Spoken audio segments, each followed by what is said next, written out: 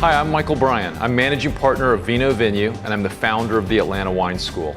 Today I have the pleasure of taking you into the Chapoutier family, their portfolio of wines, and also some really nice insights into the Rhone Valley of France, one of the most important appellations for wine from that country. I'm going to start off by telling you a little bit about this place. It gets its name from the Rhone Glacier, which sits above Lake Geneva on the Swiss side.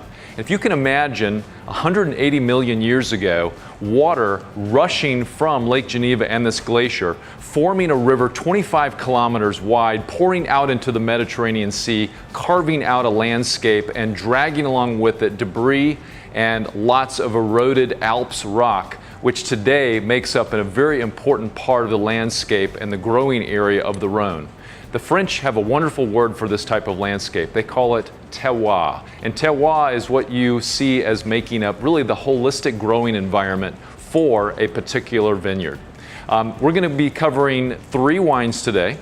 The first is going to be a white wine made by the Chapoutier family, a blanc, as they would say. Secondly, a rouge.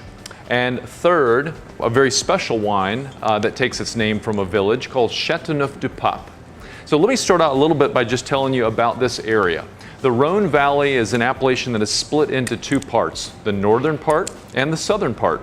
The northern part is going to be where the grape Syrah has become famous, and the white grape Viognier.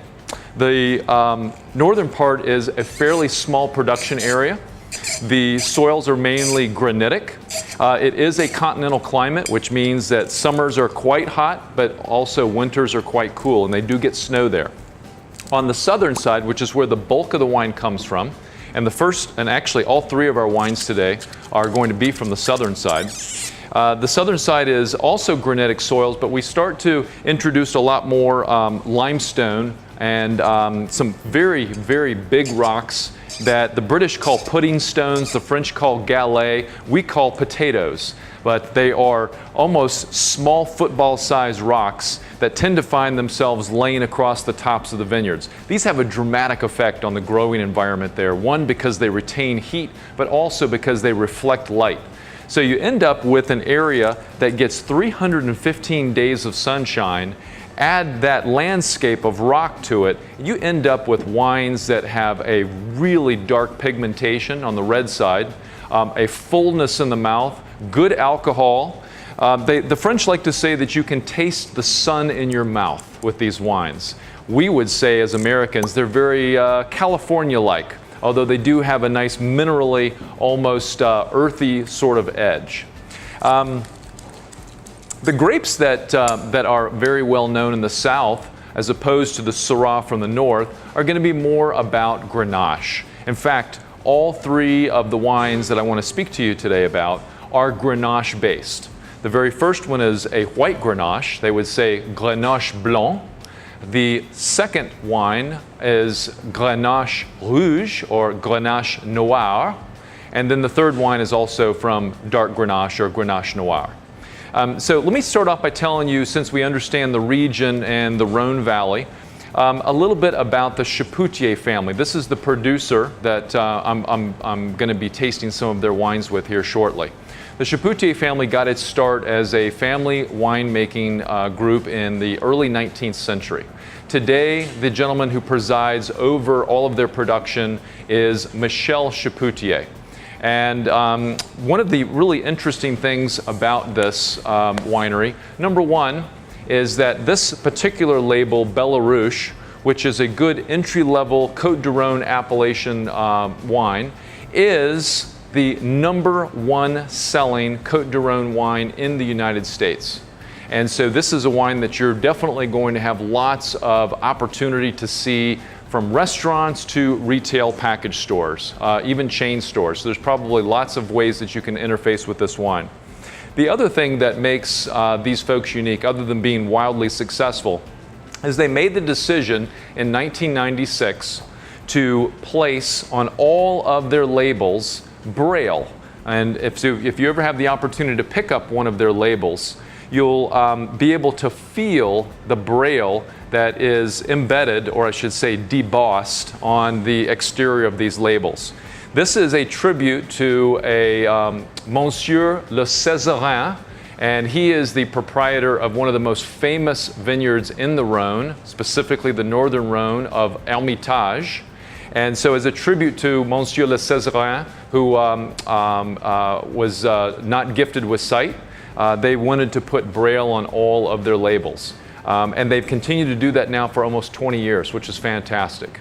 Certainly makes wine available to a segment of the population who would otherwise have a little more difficulty in shopping for wine. And so I'm going to start off by tasting the Belleruche Blanc. Again, this is an entry-level Cotes-du-Rhone appellation wine for them. It is the Belleruche Blanc.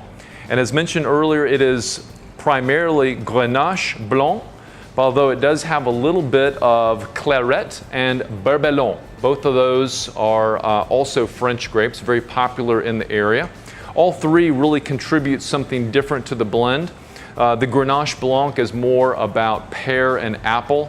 The Clairette is more about hawthorn, and the Bourbellon really gives it the freshness and the acidity. So for those of you who are learning to enjoy wine, or maybe this is already a passion that you've developed, you'll probably see those who are in the sommelier trade, those who sell wine, those who purvey wine, those who are comfortable with wine. You'd often see them swirling a glass like this.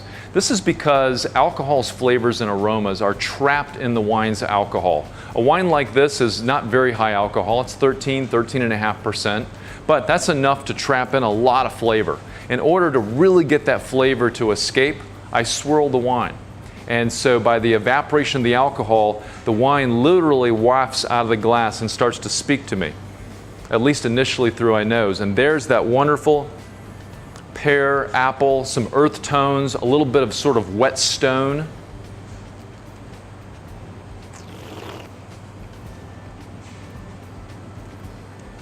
In the mouth, the wine is fat and full. One of the great things I like about Rhone wines is they have some weight and some fortitude and some strength. There's an athleticism that comes through in these wines. It affords you the ability not just to have dainty, pretty sorts of cuisine with it. You can actually go into some of the meat fare, some sausages, some grilled sausages. You could even do grilled lamb with a wine like this. But I think most people are going to find enjoyment of just having this during reception or aperitif or cocktail hour. It's just a nice glass of wine to sit down and enjoy after a long day. So on the red wine, we have the Belleruche Rouge. Okay, this is also Cotes-du-Rhone, which is the big appellation that we find in the Rhone Valley. It means that the fruit can be sourced from anywhere that is the delimited area of the Cotes-du-Rhone area. And by the way, I didn't mention earlier, but from a historical fact, this is the very first place that France decided the appellation system should begin.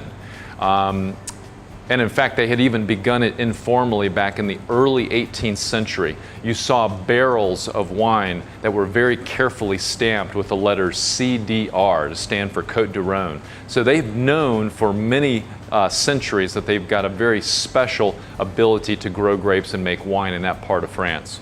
So on the red side, as I mentioned, since we're doing all Grenache wines today, this is primarily Grenache Noir, and with a little bit of Syrah. So remember, we talked about Syrah sort of being grown more in the northern part of the Rhone. There's a great deal of it in the south as well.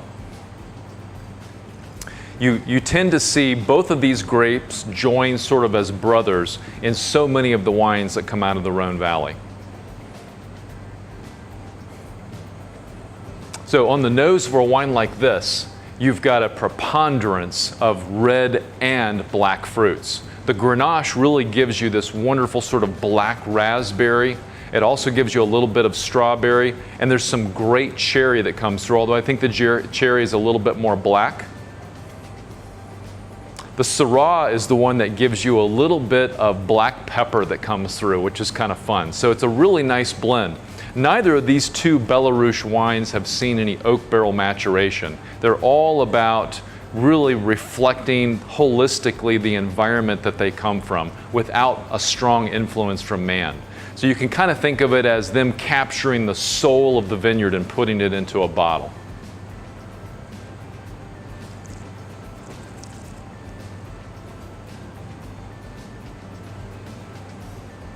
So, with all of those days of sunshine and all of that heat, you really taste the ripeness that comes through in this.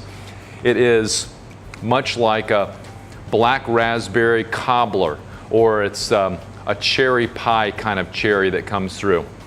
One of the things that I like about this area, though, that again separates it from our own domestic American wines, is while we have the ripeness, we have the alcohol, we have the color, it doesn't forsake where it comes from. It gives us a little bit of the earth, a little bit of the rock comes through in these wines. One of my friends here in the South likes to say that the Cotes-du-Rhone wines are like a blackberry rolling across a barn floor. And I think this really captures that sort of sentiment. So let's move on to our third wine. I don't have an example of it to open and pour today, but this is Chapoutier's Châteauneuf-du-Pape, specifically La Bernardine. So La Bernardine is one of their special labels for a Châteauneuf-du-Pape wine. And understand and appreciate that Châteauneuf-du-Pape is one of the most famous wines to come out of France. It was the very first appellation created in 1926. It started off the entire system around regulating wine for a country whose #1 gross domestic product is wine. Châteauneuf-du-Pape became popular in the early 13th century when Avignon was the papal seat of the Catholic Church. There were 7 popes in a span of 120 years, and 2 of those 7 were crazy about wine. They decided that they would summer in an area a little bit north of the city of Avignon because it was slightly higher elevation, it was a little bit cooler. And as vineyards were planted in this area and wines were made, it didn't take long for the popes to recognize that these wines were spectacular. They were very special. And so they anointed the area as a village. They named it after their home, hence the name Châteauneuf-du-Pape means the house of the Pope or the castle of the Pope. And the wines have been famous ever since. They are a little bit smaller production. It's not a very large area. And so to supply the world with these wines means that you do expect a little bit more in terms of paying for these wines. There's an interesting rule that still applies today on these wines that allows for them to be made from 13 traditional grapes from the area. They don't do that very often anymore. In fact, again, the primary grape in Chapoutier's La Bernardine is Grenache. So I hope you've enjoyed today's short session on the Rhone Valley and the wines of Chapoutier. I've enjoyed being your guide.